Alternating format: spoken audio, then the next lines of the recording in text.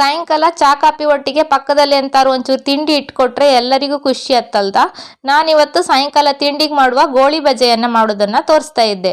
ಮಂಗಳೂರು ಬಜ್ಜಿ, ಮಂಗಳೂರು ಬೋಂಡ, ಮೈಸೂರು ಬೋಂಡ ಅನ್ಕೊಂಡು ಸುಮಾರು ಹೆಸರಿಂದಲ್ಲ ಇದನ್ನು ಕರೀತು. ಹಾಯ್ ನಮಸ್ಕಾರ, ನಾನು ಪವಿತ್ರ ಭಾಗವತ್. ಹಳ್ಳಿ ಕಿಚನ್ ಚಾನೆಲ್ಗೆ ನಿಮ್ಮೆಲ್ಲರಿಗೂ ಪ್ರೀತಿಯ ಸ್ವಾಗತ. ಸಾಮಾನ್ಯವಾಗಿ ಗೋಳಿ ಬಜೆಯನ್ನು ಮಾಡೋದಕ್ಕೆ ಮೊಸರಿಂದನೇ ಕಳಿಸಿದ್ರು, ಆದರೆ ನಾನಿವತ್ತು ಸ್ವಲ್ಪ ಮಜ್ಜಿಗೆಯನ್ನು ಸೇರಿಸಿ ಕಲಿಸ್ಕಂತೆ. ಹಾಗಾಗಿ 1 ಲೋಟ ಆಪಷ್ಟು ಮೊಸರನ್ನು ಹಾಕೊಂಡಿದ್ದೆ, ರುಚಿಗೆ ಬೇಕಾಪಷ್ಟು ಉಪ್ಪನ್ನು ಹಾಕೊಂಡಿದ್ದೆ, 2 ಚಮಚ ಆಪಷ್ಟು ಸಕ್ಕರೆಯನ್ನು ಹಾಕೊಂಡಿದ್ದೆ. ಸಕ್ಕರೆಯನ್ನು ಸೇರಿಸೋದ್ರಿಂದ ಗೋಳಿ ಬಜೆ ಕಲ್ಲರು ಲಾಯ್ಕಾಯಿ ಬತ್ತು.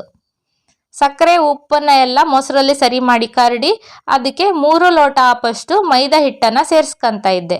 ಮೈದಾ ಹಿಟ್ಟು ಹಾಕೋಷ್ಟೊತ್ತಿಗೆ ತುಂಬ ಅಂತ ಅನಿಸಿದ್ರು, ಮಾಡುವಷ್ಟೊತ್ತಿಗೆ ಎಷ್ಟು ಆತಿಲ್ಲ. ಇದು ನೆಂದ್ರ ಮೇಲೆ ಸ್ವಲ್ಪ ಅಂತ ಅನಿಸುತ್ತು. ಇದಕ್ಕೆ ಒಂದು 4 ರಿಂದ 5 ಚಮಚ ಆಪಷ್ಟು ಅಕ್ಕಿ ಹಿಟ್ಟನ್ನು ಸೇರಿಸ್ಕೊಂತ ಇದ್ದೆ. 6 ಚಮಚದವರೆಗೆ ಬೇಕಾದರೂ ಸೇರಿಸ್ಕೊಂಡ್ಲಕ್ಕು. ಅಕ್ಕಿ ಹಿಟ್ಟನ್ನು ಸೇರಿಸೋದ್ರಿಂದ ಹೊರಗಡೆಯಿಂದ ಗರಿ ಗರಿಯಾಗಿ ಬತ್ತು ಗೋಳಿ ಬಜೆ.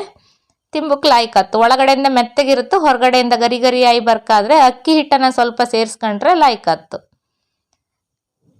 ಒಂದ್ಸಲ ಮೊಸರೊಳಗೆ ಹಿಟ್ಟನ್ನೆಲ್ಲ ಸರಿ ಕಲಿಸ್ಕೊಂಡು ನಂತರ ಅದಕ್ಕೆ ಸ್ವಲ್ಪನೇ ಮಜ್ಜಿಗೆಯನ್ನು ಸೇರಿಸಿ ಕಲಿಸ್ತಾ ಇದ್ದೆ. ಮೊಸರು ಮಜ್ಜಿಗೆ ಎಲ್ಲ ತುಂಬ ಹುಳಿ ಇದ್ರೂ ಲಾಯ್ಕಾತಿಲ್ಲ, ಹುಳಿದೆ ವಾಸನೆ ಜಾಸ್ತಿ ಬರ್ತಾ ಇರುತ್ತೋ. ಹದವಾಯಿ ಹುಳಿಯಾಗಿ ಇದ್ದ ಮೊಸರು ಅಥವಾ ಮಜ್ಜಿಗೆಯನ್ನು ಹಾಕೊಂಡ್ರೆ ಗೋಳಿ ಬಜೆ ಲಾಯ್ಕಾಯಿ ಬತ್ತು. 1 ಲೋಟ ಆಪಷ್ಟು ಮೊಸರನ್ನ ಹಾಕೊಂಡಿದ್ದೆ, 1.5 ಲೋಟ ಆಪಷ್ಟು ಮಜ್ಜಿಗೆ ಬೇಕಾಯ್ತು. ಈ ಹದದಲ್ಲಿ ಹಿಟ್ಟನ್ನು ಕಲ್ಸ್ಕೊಂಬೆ. ಹಿಟ್ಟನ್ನು ತುಂಬ ನೀರಾಗಿ ಕಲ್ಸ್ಕೊಂಡ್ರೆ ಗೋಳಿ ಬಜೆ ಸರಿ ಎಣ್ಣೆಯನ್ನು ಕುಡಿತು, ಲಾಯ್ಕತಿಲ್ಲ. ತಿಂಬಷ್ಟೊತ್ತಿಗೆ ಬರೀ ಎಣ್ಣೆ ಅಂತ ಅನ್ಸುತ್ತು. ಹಾಗಂತ ತುಂಬ ಗಟ್ಟಿಯಾಗಿ ಕಲ್ಸ್ಕೊಂಡ್ರು ಗೋಳಿ ಬಜೆ ಗಟ್ಟಿ ಆಯ್ತು, ಲಾಯ್ಕಾಯಿ ಬತ್ತಿಲ್ಲ. ಒಂದ್ಸಲ ತುಂಡು ಮಾಡಿ ಕಂಡ್ರೆ ಅದು ಸೀದಾ ತುಂಡಾಗಿ ಬೀಳ್ತಾ ಇತ್ತಂತ ಅನ್ಸಿದ್ರೆ ಹಿಟ್ಟು ಸರಿ ಆಯ್ತಂತ ಅರ್ಥ. ಹಿಟ್ಟನ್ನು ಕಲಸಿ ಒಂದು 3 ಗಂಟೆ ಹೊತ್ತು ನೆನೆಯೋಕೆ ಬಿಡ್ಕು.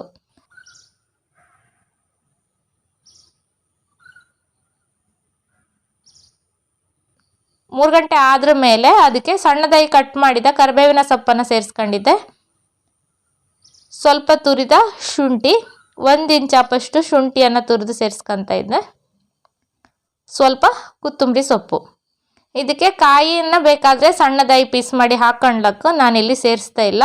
ಹಾಗೆ ಹಸಿಮೆಣಸನ್ನು ಅಷ್ಟೇ ಸಣ್ಣದಾಗಿ ಕಟ್ ಮಾಡಿ ಹಾಕೊಂಡ್ಲಕ್ಕು. ಮಕ್ಕಳೆಲ್ಲ ತಿಂಬುದಿದ್ರೆ ಸಣ್ಣದಾಗಿ ಹಸಿಮೆಣಸನ್ನು ಕಟ್ ಮಾಡಿ ಹಾಕಿದರೆ ಮಧ್ಯೆ ಬಾಯಿಗೆ ಸಿಗ್ತಾ ಇರುತ್ತೆ, ಖಾರ ಹತ್ತು ಮಧ್ಯೆ ತೆಕ್ಕೊಡ್ತಾ ಇರ್ಕತ್ತು. ಅದು ಒಂದು ಸ್ವಲ್ಪ ಸಮಸ್ಯೆ ಅಂತ ಅನ್ಸುತ್ತೆ. ಅದಕ್ಕೋಸ್ಕರ ನಾನಿಲ್ಲಿ ಹಸಿಮೆಣಸನ್ನು ಹಿಟ್ಟಿಗೆ ಸೇರಿಸ್ತಾ ಇಲ್ಲ, ಬದಲಿಗೆ ಒಂದು ಚಟ್ನಿಯನ್ನು ತಯಾರು ಮಾಡ್ತಾ. ಇದಕ್ಕೆ ಹಿಟ್ಟಲ್ಲಿ 3 ಭಾಗವಾಗಿ ಮಾಡ್ಕೊತ ಇದ್ದೆ. ಎಂತಕ್ಕೆ ಅಂದರೆ ಒಂದೇ ಸಲ ಅದಕ್ಕೆ ಸೋಡಾವನ್ನು ಸೇರಿಸಿದ್ರೆ ಎಣ್ಣೆಯನ್ನು ಜಾಸ್ತಿ ಹೀರುತ್ತು.